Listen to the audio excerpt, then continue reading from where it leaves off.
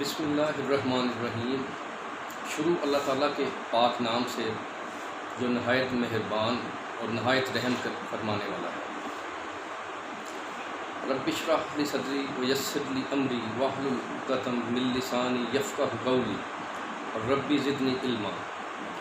السلام علیکم ویورز، میں ہوں رانا اسد اقبال اور حاضر خدمت ہوں ہسٹری کے حوالے سے کچھ چیزیں شیئر کرنے کے لیے آپ دوستوں کے ساتھ۔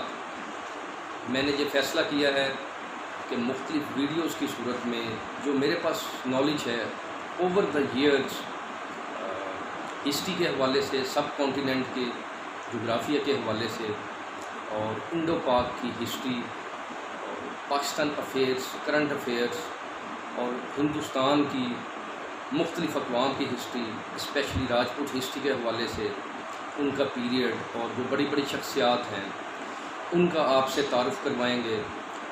آپ کو ہمارے ساتھ رہنا ہوگا، اور میں نے یہ فیصلہ کیا ہے کہ مختلف ویڈیوز کی صورت میں آپ کے ساتھ جو دلچسپ انداز میں اپنے مخصوص طریقے سے جو میں نے نالج حاصل کیا ہے مختلف بکس سے، آن لائن سورسز سے، اور اس کے علاوہ مختلف ڈاکومنٹریز سے، وہ میں اپنے دوستوں تک آگے ٹرانسمٹ کرنا چاہتا ہوں، آگے شیئر کرنا چاہتا ہوں۔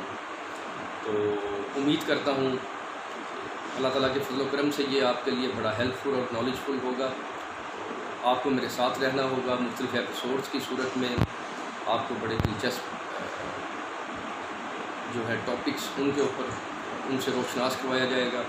تو آج دوستو اسی سلسلے میں میں اپنا انٹروڈکٹری جو ویڈیو ہے سب کانٹیننٹ کی ہسٹری کے حوالے سے، سب کانٹیننٹ کی جغرافیہ کے حوالے، یہ ہے کیا سب کانٹیننٹ؟ دوستو سب کانٹیننٹ بر صغیر ہے، اور یہ آج کے دور میں اگر دیکھا جائے تو پاکستان، ہندوستان، انڈیا جس کو کہا جاتا ہے، بنگلہ دیش، نیپال اور بھوٹان کے ممالک پہ، اور انگریز دور میں برما کے ممالک، ان چھ ممالک کے اوپر مشتمل اس خطے کو بر صغیر کہا جاتا ہے، اور یہ دنیا کا زرخیز ترین خطہ ہے۔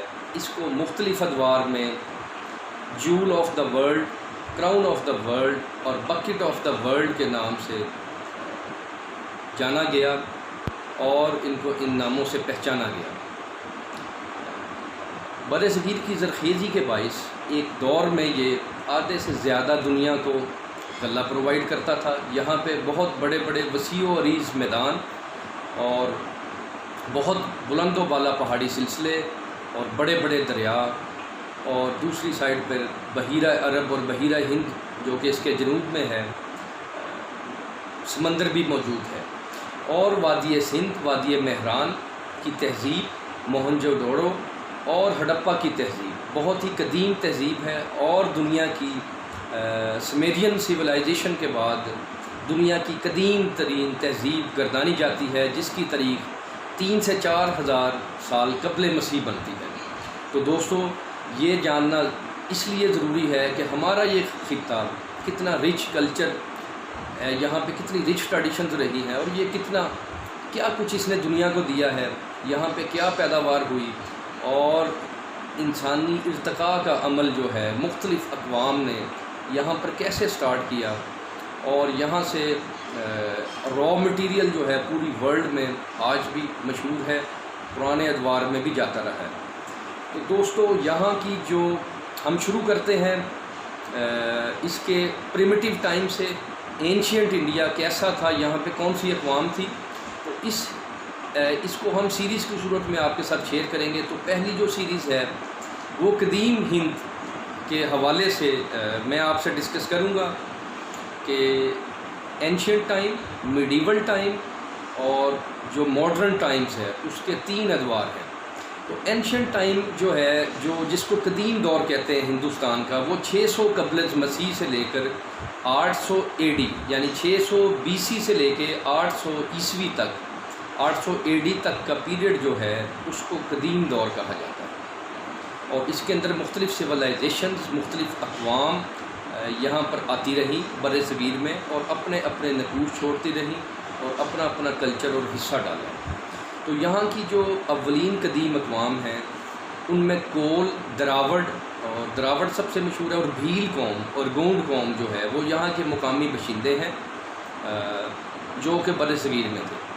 سیکنڈ نمبر کے اوپر جو زیادہ نوٹیبل قوم یہاں پر آئی، سینٹرل ایشیا سے، وسط ایشیا کے راستے سے بر صغیر میں داخل ہوئی، ان کو آرین قوم کہا جاتا ہے۔ اور آرین اقوام مختلف ادوار میں اپنے اپنے قبائل سے کی سرپرستی میں، سرکردگی میں مختلف علاقوں سے، مختلف دروں سے، درہ خیبر سے، شمال علاقوں سے، افغانستان اور ایران کے راستے سے ہوتی ہوئی بر صغیر میں پہنچی، اور انہوں نے کول اور دراوڑ اقوام کو جنوب کی طرف دھکیل دیا، اور یہاں پر سینٹرل وسطی انڈیا کے اندر اور شمالی ہند کے اندر اپنی ریاستیں قائم کی، اور ایک مربوط اور ایک جامع نظام اور ایک ڈسپلنڈ اور آرگنائزڈ نظام حکومت اور نظام زندگی یہاں کے لوگوں کو دیا، بر صغیر کو میں متعارف کروایا۔ تو قدیم جو ہے ادوار میں آرینز نے اس کو سندھ کہا، بر صغیر کو، ٹھیک ہے۔ ایک وقت میں دارا دوم کے دور میں یہ ہمارا ہندوستان ایران کا ایک صوبہ رہا، ایرانی گورنمنٹ یہاں پر رہی۔ تو دوستو، ایرانیوں نے اس کو اپنے انداز سے ہند کا نام دیا، ٹھیک ہے۔ اس کے بعد عربز آئے، ٹھیک ہے، یونانی آئے، یونانیوں نے اس کو انڈو یا انڈیا کا نام دیا۔ اس کے بعد عرب آئے، اس کے بعد مغل آئے، اس کے بعد ترک آئے، ترکوں کے بعد مغل آئے، پھر انگریز آئے، اس کے بعد پارٹیشن کا واقعہ آتا ہے۔ تو یہ ساری چیزیں ہم آپ کے ساتھ شیئر کریں گے، تو آپ کو ہمارے ساتھ رہنا ہوگا۔ آپ کو نت نئے پروگرام نئے انداز سے اپنے طریقے سے آپ سے متعارف کروائیں گے۔ انڈیا کیا ہے، یہاں بسنے والی اقوام کیا ہیں، ان کا کلچر کیا ہے، مختلف ادوار میں کون سے بڑے بڑے جنگجو یہاں پر آئے، کون سے گزرے، اور کون سے ورلڈ کے جو جنگجو اور حملہ آور ہیں انہوں نے کیسے یہاں پر داخل ہوئے، کہ یہاں کے لوگوں نے کیسے ان کو مزاحمت کی، کیسے ان کا مقابلہ کیا۔ یہ ساری چیزیں آپ ہمارے ساتھ رہیے گا۔ تو دوستوں، میں یہاں پہ یہ شیئر کرنا چاہ رہا تھا کہ قدیم جو تاریخ ہے اس کا لکھنے کا آغاز گریک سویلائزیشن سے، اور گریکس کے بعد عربز نے جو ہے ہسٹری کو ریکارڈ کرنے کا جو کام ہے زیادہ مربوط انداز سے کیا، کوئی 2000 سال قبل۔ تو ہندوستان میں ظاہری بات ہے کہ ہسٹری لکھنے کا بہت زیادہ رواج نہیں تھا۔ تو یہ رواج جو گریکس نے، جب اسکندر اعظم یہاں پر آیا، تو اس دور سے شروع ہوتا ہے، یا اس سے پہلے رامائن، وید کی کتابیں، یجر وید، اتھر وید اور اس طرح کی دیگر کتب، اور راج ترنگنی جو کہ کشمیر کی اس وقت کی کتاب تھی جس میں کشمیر کے حالات اور جغرافیائی واقعات درج ہیں۔ تو اس کے تاریخ کے ماخذ ہمارے پاس جو ہیں وہ سب سے پہلے آثار قدیمہ، جس میں موہنجو دڑو کے اور ہڑپا کے آثار قدیمہ ہیں، وہاں سے ہمیں سویلائزیشن اور ہسٹری کے بارے میں پتہ چلتا ہے۔ تو دوستو، اس کے بعد جو سکے ہیں مختلف ادوار میں، جو کرنسی ہے، جو سکے ہیں جو یوز ہوئے، استعمال ہوئے، جن پہ عبارتیں بھی تحریر ہیں، جن پہ ادوار تحریر ہیں، اور بادشاہوں کا بھی ذکر ہے، وہاں سے بھی ہمیں ہسٹری کے بارے میں پتہ چلتا ہے۔ اور تیسرے نمبر کے اوپر ہمارے جو ہے وہ مختلف کتبے جو ہیں، کتبے مختلف نسب ہیں، اشوکا کے دور کے، مورین سویلائزیشن کے دور کے، جو کہ جا بجا افغانستان میں اور گجرات میں اور راجستھان میں اور مختلف علاقوں میں یہ کتبے آپ کو ملیں گے۔ ان کتبوں کے ذریعے بادشاہ جو تھے وہ مختلف احکامات بھی جاری کرتے تھے، اور رؤساء کو اور امراء کو بہت سی مراعات سے نوازتے تھے۔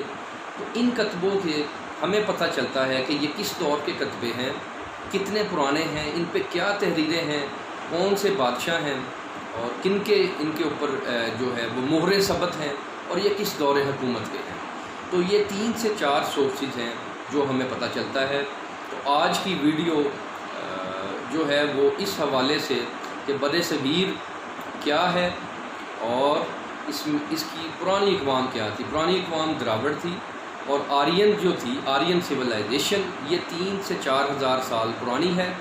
اس کے بعد گریکس آ جاتے ہیں۔ تو دوستو اگلی قسط کے اندر آپ ہمارے ساتھ رہیے گا، ہم آپ کو بتائیں گے مشہور اسکندر اعظم اور راجہ پورس کی جنگ اور اس کے واقعات، یہ آرینز کے آنے کے بعد کے واقعات ہیں، اور اس کے بعد ہم اشوکا دا گریٹ کا پروگرام آپ کے ساتھ کریں گے۔ میں امید کرتا ہوں کہ آپ کو یہ پروگرام پسند آیا ہوگا۔ انشاءاللہ آئندہ بھی آپ کے ساتھ مختلف ایپیسوڈز کی صورت میں پروگرام کریں گے، تو ہمارے ساتھ رہیے گا۔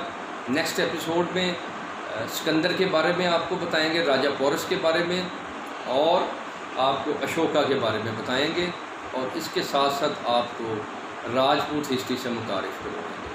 ہمارے ساتھ رہیے گا۔ اب میں اجازت چاہتا ہوں، رانا اسد اقبال کے ساتھ رہیے گا اس طرح کی ویڈیوز دیکھنے کے لیے وزڈم گیلری میں۔ اللہ حافظ۔